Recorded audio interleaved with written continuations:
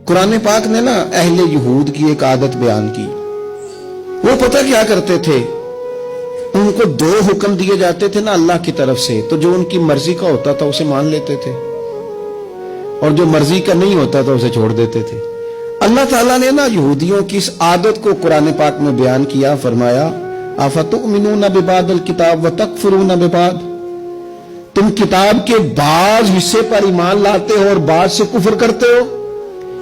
आज ना बदकिस्मती से खुदा हमें माफ करे, माज़अल्लाह, मुसलमानों में भी ये आदत आ गई है कि अगर उनकी मर्जी की बात हो तो मजहब इस्तेमाल कर लिया, और अगर मर्जी की नहीं तो फिर उन्होंने कभी मजहब की बात नहीं की। हमारे एंकर फटाफट कहेंगे ओ जनाब ये बात, इसका भी तो इस्लाम हुक्म देता है। इस्लाम इसके अलावा भी कई चीजों का हुक्म देता है, आप उसकी तरफ भी जनाब थोड़ी तवज्जो करें, कुल दीन बयान करें। मैं अक्सर कहता हूं एक बंदा हलाल हराम की तमीज नहीं करता, पड़ोसियों को तंग करता है, दोस्त उससे बड़े परेशान है, नमाज के वो करीब नहीं जाता, रिश्वतखोरी, चोर बाजारी, माज़अल्लाह, सारी बातें उसके अंदर पाई जाती हैं।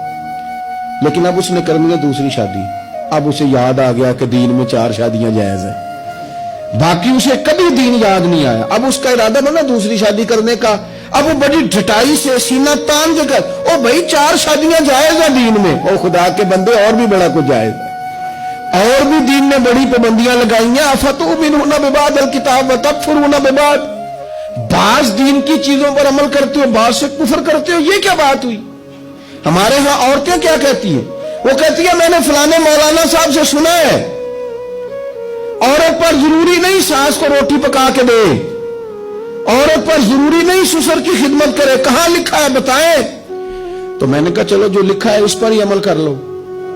ये लिखा है दीन में कि हुजूर ने फरमाया सिवाय खुदा के किसी को सजदा जायज होता तो मैं औरत को कहता खामद को कर। इतना बड़ा दर्जा दिया, चलो इसकी ड्यूटी कर लो। मुस्नद इमाम अहमद बिन हंबल में हदीस है, एक खातून ने पूछा था या रसूल अल्लाह सल्लल्लाहु तआला अलैहि वसल्लम, औरत के जिम्मे मर्द का हक क्या है।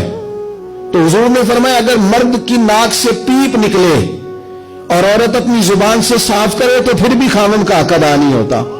तो चलो बीबी से कोई इस पर अमल कर ले। और अगर औरत कहती है मैंने अमल करना है तो फिर दीन ने उसे कहा वकरना फी बुयूतिकुन्ना, अपने घरों में ठहरी रहो, निकलो ही ना, बगैर मजबूरी के घर से निकलो ही ना, तो इस पर अमल करो। सिर्फ जो तुम्हारी मर्जी का है वो दीन है।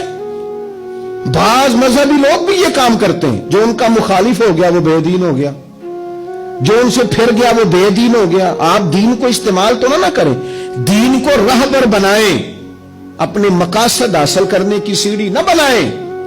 इतना जुल्म न करें अपने ऊपर कि आपने दीन को उसूल मकसद की सीढ़ी बना लिया, दीन को आपने बुनियाद बना के जाती कद ऊंचे करने शुरू कर दिए। देखो मेरे हजरत साहब रहमतुल्लाह अलैह, सैयदना ताजुश शरिया रहमतुल्लाह अलैह की खिदमत में ना एक साहब आया करते थे, फिर वो आना छोड़ गए। तो किसी शख्स ने कहा वो गुमराह हो जाएगा यहां नहीं आता। तो हजरत साहब फरमाने लगे खबरदार, क्यों गुमराह हो जाएगा, हम कोई मियारे हिदायत है, दुआ करो जहां भी रहे अल्लाह उसे दीन पे कायम रखे। आप इस चक्कर में न पड़े, इन तासुबात का शिकार न हो।